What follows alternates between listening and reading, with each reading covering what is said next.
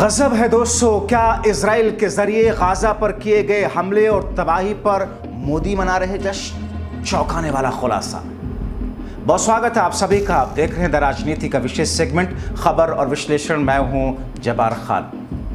दोस्तों, आखिर ऐसा क्यों हुआ कि जब गाजा में हो रही तबाही को लेकर के यूनाइटेड नेशन में वोटिंग हो रही थी तो भारत ने उस वोटिंग में हिस्सा क्यों नहीं लिया? क्या वाकई इजराइल के जरिए गाजा पर की गई बमबारी और तबाही के बीच में मोदी जश्न मना रहे थे? आखिर प्रियंका गांधी ने वो कौन सा खुलासा किया जिसके बुनियाद पर आज यूनाइटेड नेशन के दफ्तर से लेकर के दिल्ली तक हंगामा मचा हुआ है? आखिर कांग्रेस पार्टी राहुल गांधी से लेकर के तमाम विपक्षी पार्टियां मोदी और शाह को क्यों घेर रहे हैं? क्या वाकई मोदी जश्न मना रहे थे? विस्तार से आपको बताते हैं। दोस्तों, यह कहा जा रहा है कि मोदी शासन में विदेश नीति तहस नहस हो चुकी है। आपको याद होगा, मोदी ने उन्हीं ट्रंप के लिए चुनाव प्रचार किया था जिन्होंने भारत पाकिस्तान के बीच सीज फायर के लिए 13 बार कहा कि मैंने करवाया। दोस्तों, वही डोनाल्ड ट्रंप जब राष्ट्रपति का चुनाव अमेरिका में लड़ रहे थे तो मोदी अमेरिका पहुंच गए। अब की बार ट्रंप सरकार का नारा लगा रहे थे और उसी ट्रंप ने पाकिस्तान के खिलाफ आतंकवाद को नेस्तनाबूद करने की भारत की मुहिम को अचानक रुकवा दिया और मोदी अब तक उस पर चुप्पी साधे हैं। ट्रंप बार बार कह रहे हैं मैंने रुकवाया, मोदी खामोश है।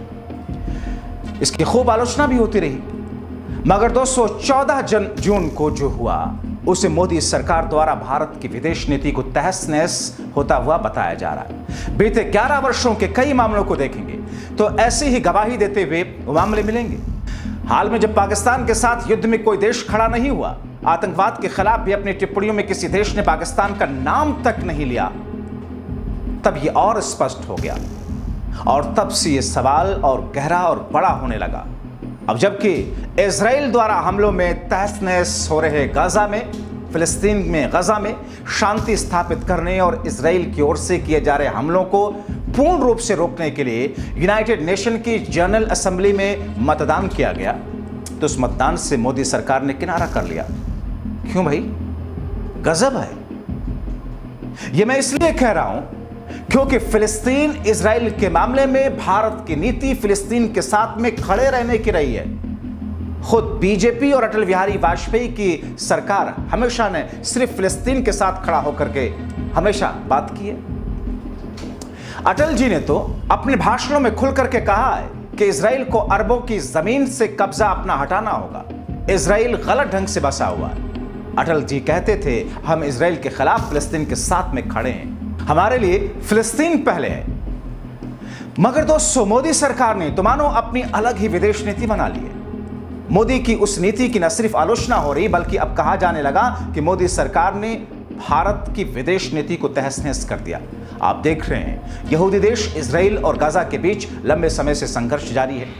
इजराइल लगातार गाजा पट्टी पर हमले कर रहा है। इन दोनों देशों के बीच शांति स्थापना करने के लिए दुनिया के कई देशों के साथ संयुक्त राष्ट्र भी कोशिश में जुटा है। संयुक्त राष्ट्र की महासभा यूनाइटेड नेशन जनरल असेंबली ने गाजा और इजराइल के बीच में स्थापित करने के लिए शांति प्रस्ताव किया। यूनाइटेड नेशन के जनरल असेंबली के इस प्रस्ताव पर दुनिया के 149 देशों ने समर्थन में वोट किया कि ठीक है, इजराइल को हमला रोकना चाहिए। गजा में बहुत तबाही हुई, बहुत महिलाओं की जानें गई, बहुत बुजुर्गों की जानें गई, बहुत बच्चे मारे गए, बहुत तरह तबाही हुई। मगर भारत ने क्या किया? अब इसे भारत कहें या मोदी सरकार का फैसला कहें, जाहिर तौर पर सरकार उनके हाथ में है तो भारत ही कहा जाएगा। बदकिस्मती से मोदी सरकार ने उन 19 देशों में खुद को शामिल कर लिया जिसने प्रस्ताव के लिए वोटिंग से दूरी बना ली। यानी कि भारत, मोदी ये नहीं चाहते कि इजराइल गजा में हो रही बमबारी को रोक दे, इसीलिए वोट नहीं किया। जाहिर है ऐसा करना और ऐसा करने पर मोदी शाह की सरकार की आलोचना होना बहुत स्वाभाविक है। इसीलिए कांग्रेस ने मोदी सरकार को चेताते हुए, याद दिलाते हुए तीखा प्रहार किया। कांग्रेस ने सरकार की आंखें खोलकर कदम उठाने की बात की। कांग्रेस के राष्ट्रीय अध्यक्ष मल्लिकार्जुन खड़गे, प्रियंका गांधी वाड्रा, पवन खड़गे, के वेणुगोपाल केंद्र सरकार के इस फैसले पर आपत्ति जताते हुए इस कदम को देश की नैतिक कूटनीति और शांति न्याय के समर्थन करने की नीति के लिए खतरा करार दिया। प्रियंका गांधी वाड्रा ने भारत सरकार के इस फैसले को शर्मनाक, निराशाजनक कहा उन्होंने कहा कि सरकार का यह कदम एंटी कॉलोनियल लेगेसी के विपरीत है।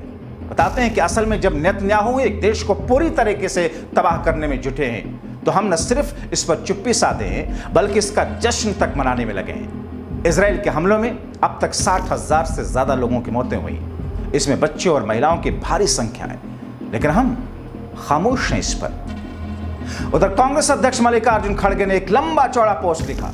मोदी सरकार को न सिर्फ आईना दिखाया बल्कि तगड़ा प्रहार करते हुए फिलिस्तीन गजा इजराइल मामले में मोदी शाह को निशाने पर लिया।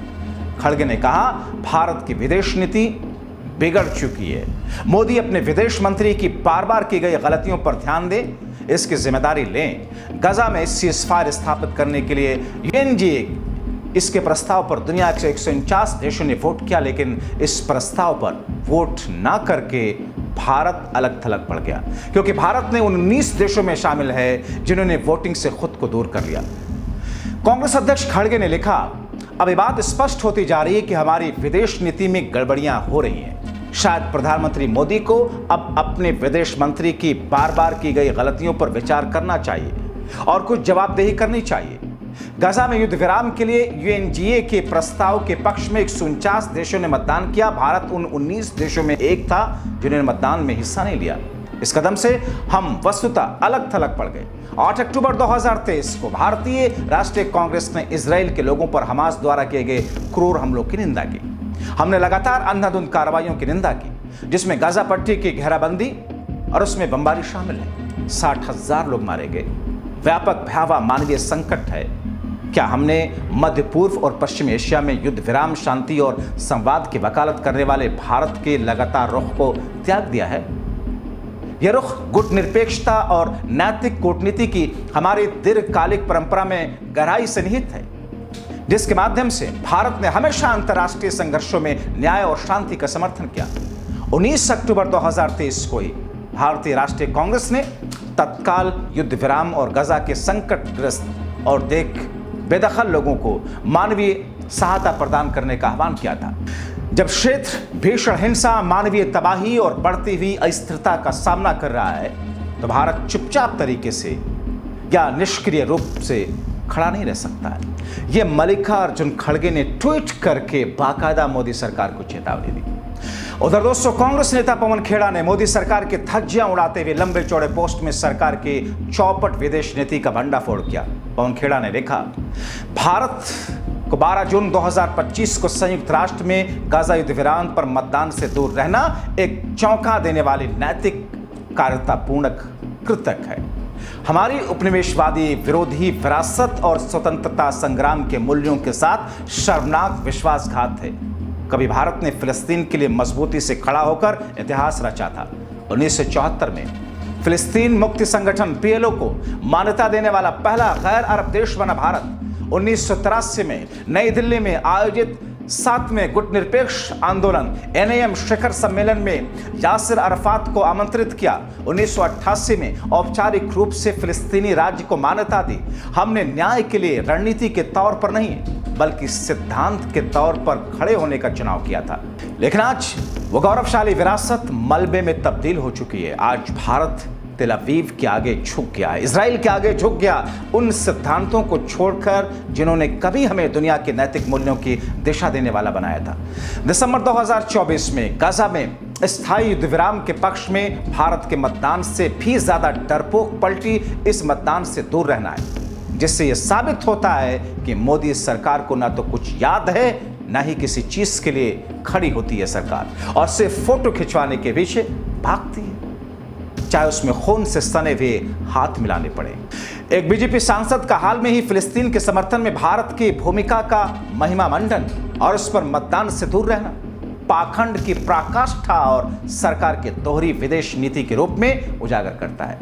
अब ऐसे ही सरकार जो गाजा में बच्चों के जलाए जाने के बावजूद युद्ध विराम के लिए वोट देने से डरती है, वो भारत या दुनिया को नैतिक दिशा और नेतृत्व देने के लायक नहीं है। वैश्विक नेतृत्व चुप्पी और चापलूसी पर नहीं बनती। अगर हम चाहते हैं कि वैश्विक मंच पर हमारी आवाज मायने रखे तो हमें सबसे जरूरी वक्त पर बोलने का साहस दिखाना होगा। हमारी ताकत हमेशा हमारी आवाज के नैतिक वजन से आई है। जब भारत विदेश में निर्दोष जिंदगियों की रक्षा करने से इनकार करता है तो हम वो नैतिक पूंजी गवा देते हैं जो विदेश में भारतीयों की रक्षा करती है। जब इजराइल पश्चिमी एशिया को आग में झोंक रहा है, Gaza, West Bank, Lebanon, Syria, Yemen, Arab, अब ईरान पर बमबारी कर रहा है, मोदी की मिलीभगत ने भारत की अंतरात्मा को छोड़ दिया। दुनिया सबसे ऊंची आवाज में बोलने वाले देश को नहीं सुनती, वो उस देश की सुनती है जो स्पष्टता, साहस, अंतरात्मा के साथ में बोलता है। और भारत को कभी भी अपनी वो आवाज नहीं खोनी चाहिए जिस आवाज को मोदी सरकार ने खो दिया। अब सवाल ये है कि मोदी शाह की सरकार ने ऐसा क्यों किया, जिसका उसके पास कोई जवाब नहीं। जवाब ढूंढिए। अभी के लिए इतना ही। बहुत शुक्रिया।